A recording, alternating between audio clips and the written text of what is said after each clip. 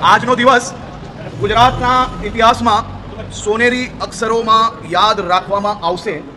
આજે ગુજરાતના લોકપ્રિય મુખ્યમંત્રી આદરણીય શ્રી ભૂપેન્દ્રભાઈ પટેલ ગુજરાતની સૌ બહેન દીકરી માતાઓ માટે એક સમાન નિયમ યુસીસી એ ગુજરાત વિધાનસભા ગૃહમાં મૂકવા જઈ રહ્યા છે।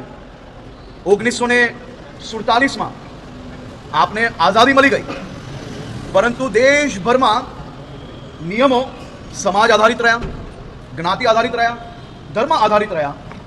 એનાથી સૌથી મોટું નુકસાન અગર કોઈને ગયું હોય તો દેશની દીકરીઓ, બહેનો અને માતાઓને ગયું છે।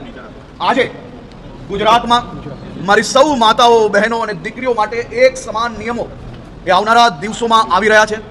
યુસીસી એ દેશના તમામ લોકો માટે એક સરખા નિયમો, લગ્ન બાબતે હોય કે પછી દીવાની બાબતે હોય, આ બધા જ વિષયોમાં એક સમાન નિયમ યુસીસીના માધ્યમથી ગુજરાતમાં લાવવામાં આવશે।